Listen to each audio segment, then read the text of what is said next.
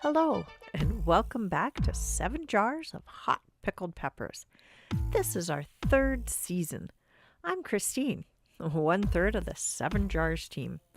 Our podcast is all about recovery and healing after a stroke or any life-altering event. Kind of like a virtual support group to let you know you're not alone. I'm one of the hosts and also a stroke survivor. One of the things stroke took from me was my sense of taste, but I love hot pickled peppers. A big clue into the name of our podcast. Our goal is to give you information and inspiration. Join us and join the conversation. Welcome to 7 Jars of Hot Pickled Peppers. Season 3, Episode 1, Setbacks. Still on the roller coaster. Hello, this is Ken. The information, conversations, and advice provided by Christine and Ken, the hosts of the podcast 7 Jars of Hot Pickled Peppers, are not a substitute for the advice and treatment plan provided by your own healthcare professional. Further, it's not intended to be an adjunct to any existing or proposed advice or treatment plan you may currently be receiving from your healthcare professional. Each individual, their family, and their own journey is truly unique. The information provided through the podcast and from guests is general in nature and solely intended to let listeners know that they are not alone, that there are resources available to them, and to provide information for rehabilitation and treatment. Please discuss your own personal needs and circumstances with your healthcare provider.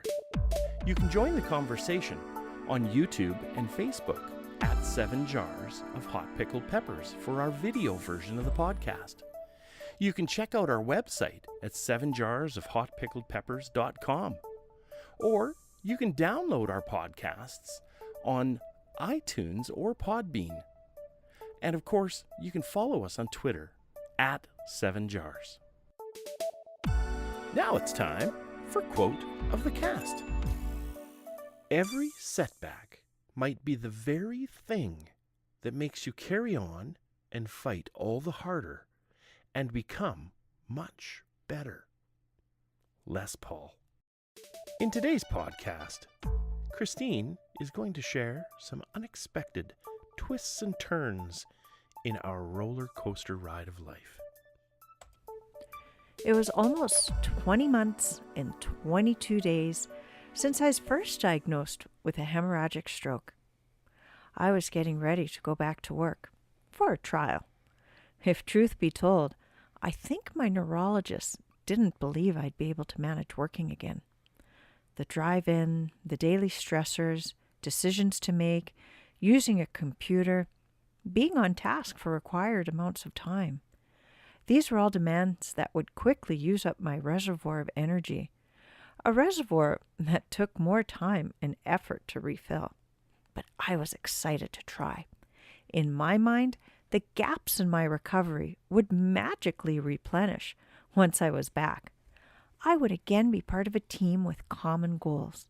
I had received that external validation that my days were spent doing something worthwhile. And I would get paid. There'd be opportunities, and you can't forget that social aspect of being at work. Ken, we've never spent so much time together, have we? Well, you know, Christine, that is true. We have never spent so much time together. And you know, if there was one good thing about your stroke, I think it was that we get to spend way more time together. Mm-hmm. You know, watching you work so hard to get back to work, only to have another event was really hard. I wasn't too sure whether you'd be able to get back there as much as you loved it. I think you agreed with my neurologist. I did, and I do. But I could not be swayed. I had something to prove. I was the driving force in my return, having set up a whole proposal with how many weeks, at how many hours, until I was again full-time. And most things were in place for my return to work. I just needed one more phone call from work to confirm my plan. So remember, to prepare, I was going on the treadmill, practicing driving, sewing, I was even inspired to start research on a new quilt. For sure, you were pushing yourself really hard. And you can't forget, too, that was at Christmas time when things are always more busy. Well, you were right. As I perused through some of those quilting magazines and looking at patterns on the computer, I started to feel sick. Flipping pages or scrolling on the computer screen was making me dizzy, then queasy. So then I switched to reading, but the words were hard to see. I was even having troubles comprehending the content. Then I went on to television. That was manageable, but I resorted to shows I'd already watched. That night I slept poorly, with bits of dreams that left me feeling anxious. Yes, and of course, as usual, you didn't talk about it at all. No, I didn't want to believe anything was wrong. That next morning I was so tired and still feeling dizzy and nauseous. My sensory symptoms were off the charts bothersome. Remember, I started wearing a toque in the house. My internal voice started speaking up, though, telling me something was wrong. So I decided to take my blood pressure. I do take it regularly. It had been an indicator the last time my brain was bleeding. It was again sky high. Well, it's usually spot on normal, even a little low. So remember we called Cammie, our nurse practitioner? Yes, and sister. And Cammie's been on a couple of previous podcasts with us as well, and she has so much experience in the whole field. It's wonderful to be able to reach out and call her. Oh, for sure. And again, she said, go to the hospital, get it checked out, trying to be calm, so not to worry us more. So off to the hospital we went. The emergency doctor ordered a CT scan. It revealed some new bleeding. Remember, we just couldn't comprehend what had happened. We asked 3 times before we believed him. Yeah, I couldn't believe it. I just kept thinking I'd misunderstood him as well, and like, what a shock that was. Oh, it sure was. And then the ER doc was in consultation with the neurosurgeon. I was so scared that I might have to have surgery No kidding. that night. But again, the place where the bleed happened stopped them from doing any surgery. Luckily, it was small, and it seemed that waiting was again the best treatment, unless my symptoms worsened. I thought I'd learned my lessons from my first stroke. I thought I'd learned patience, acceptance. Turns out I was only fooling myself. Everything came crashing down around me. I felt so poorly, both physically and mentally. I spent the next week wrapped in a mist of muddled emotions. I had said all the right words before and during my recovery and my plans for the future. I'd said those words without really believing them. But turns out I had learned some lessons. After that week, I started lifting my head to take in what had happened. Sometimes you have to have a breakdown to have a breakthrough. This newest bleed marked the end of my breakdown, which started almost 2 years ago, and the beginning of my breakthrough. I had to start practicing what I preached. I had to really listen to all those teachers around me that had so much to offer. I reflected on some of my speaking engagements where I felt so honored to share my story. I reflected on our previous podcasts and all the wisdom from our amazing guests. One of our guests, Alan Frew, in Season 2, Episode 1, said the wise words, "Why me? Why not me?" That is so true. Yeah, very dynamic fellow. So true.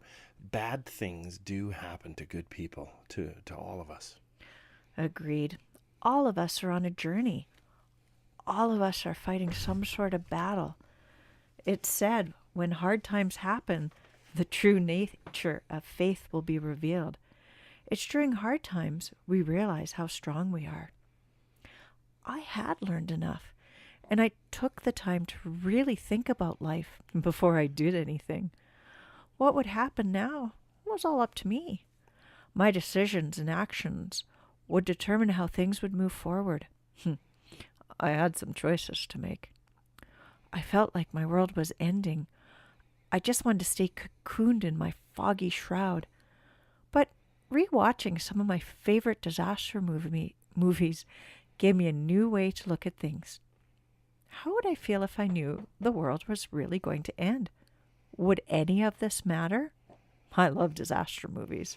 Yes, you do love disaster movies. And that's kind of been the reason why we have watched so many of them.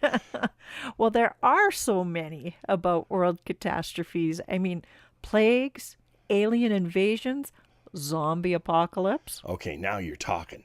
That seems, the whole zombie thing I love that. And there always seems to be a real human dilemma happening in those. They're fascinating. I know. And in watching the movies and thinking about it, what really matters is letting the people closest know how much I love them, to appreciate and find joy in every day I'm given. That's the lesson I think I really needed to learn. I had to stop focusing on the destination and appreciate the journey, not just say the words. I'm thankful for what I have. Yeah, I think accepting your situation is really important, and it's personal and different for everyone. It takes time too to see things clearly and to move through those things. It does.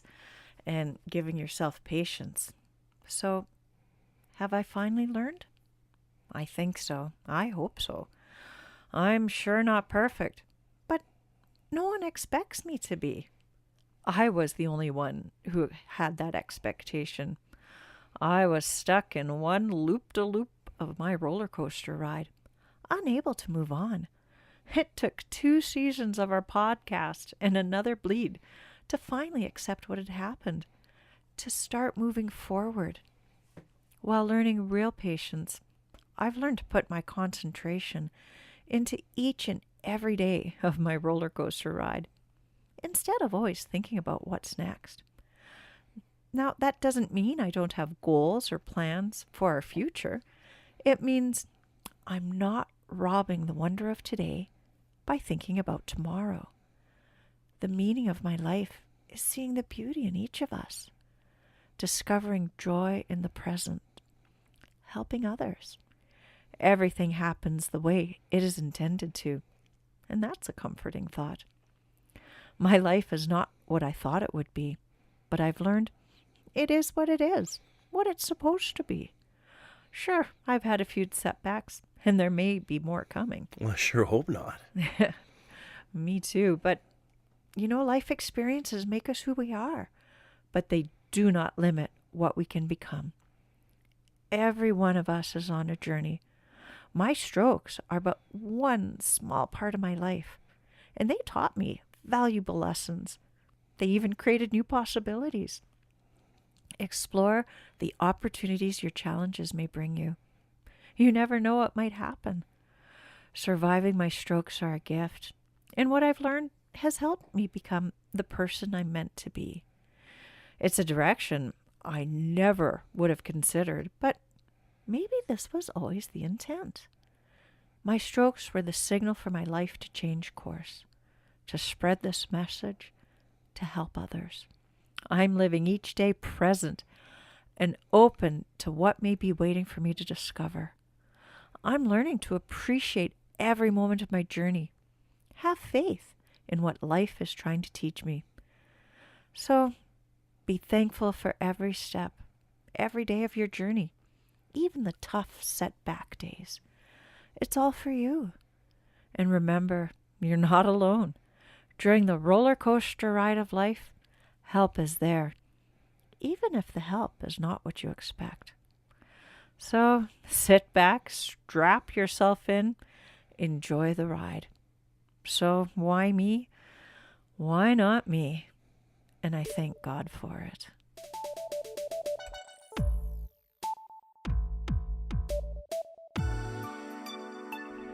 Did you know that you can follow us on Twitter at 7Jars?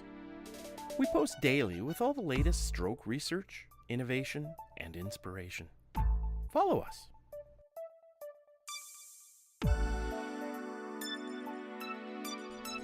Now it's time for the joke of the week. You know, Ken, when I was at work, I often had to climb ladders. Yeah, I remember. I was worried about you. I didn't tell you, but once I fell off a 50-foot ladder. A 50-foot ladder, and you didn't tell me? Did you hurt yourself? Well, luckily I was only on the first step. Oh, brother.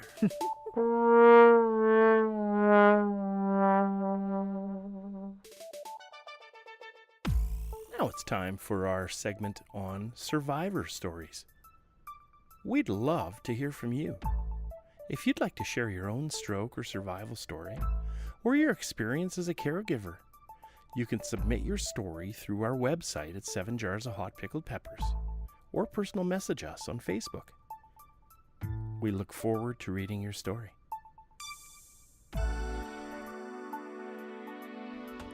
Paul shares his journey with stroke. Read by Ken. I'm so proud of my son. He saved my life after I suffered a major stroke. Tom, my son, had called and asked if I wanted to go for a jog with him. It had been a long day at work, stressful, and I thought this might be a good way to unwind. I was in pretty good shape, nothing like my son, but still, I thought it would clear my head. We started slowly, and after about 10 minutes, Tom started speeding things up. I wasn't feeling great and struggled to keep up, and Tom noticed, so we stopped. He saw the left side of my face was drooping, and I guess I was talking all garbled. Tom walked me back to the car and drove me to the hospital. I didn't even realize where we were going. The emergency doctor quickly made an initial diagnosis of stroke, an ischemic stroke. I had a blockage in the central carotid artery. The stroke took me completely by surprise. I considered myself healthy and was active, and ate pretty good too. I didn't consider the other risk factors such as stress, high blood pressure, anxiety, lack of sleep.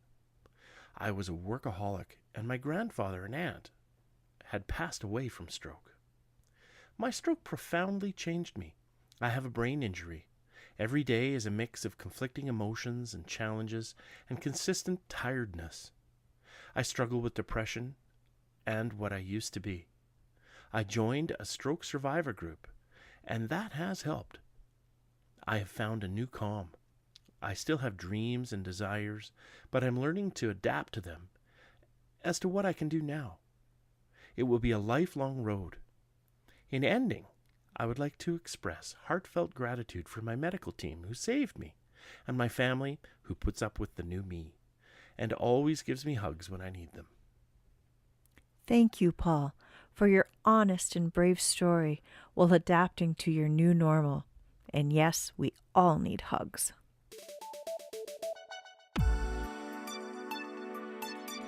And now it's time for Simply Put. Hey, this is Christine. Here's the simple answers to questions you may have about stroke or your brain. These answers are from my personal experience with stroke and in no way replace the care and advice from your own healthcare provider. I'm no doctor, and sometimes I need simple answers to my question. So here's Simply Put. Hey, Christine, could you tell me what is a stroke? Well, simply put, a stroke is a sudden interruption in the blood supply to the brain. When blood is blocked, it starts causing damage to that part of the brain because the brain is no longer getting the oxygen and nutrients from the blood. There are treatments, but you have to act fast. And that's Simply Put. Fast. Recognizing the signs of stroke can be the first step to getting the best treatment for yourself or someone you love. Use the word fast to help you to remember. Face, is it drooping? Arms, can you raise both? Speech, is it slurred or jumbled? Time, call 911 right away. Don't drive yourself to the hospital. The ambulance can help you en route, and will take you to where you need to be. Fast. Thanks for joining us today. Don't forget to like us on Facebook, or if you have any questions, comments, jokes, or ideas for future topics, contact us at our website, 7jarsofhotpickledpeppers.com. We'd love to hear from you. If you'd like to hear more about Christine's journey, please check out the website. Her book is available for purchase. That's all for today. We hope you enjoyed today's podcast. Remember, it's during hard times, during setbacks, we realize how strong we can be. Thanks for listening. Goodbye and good health.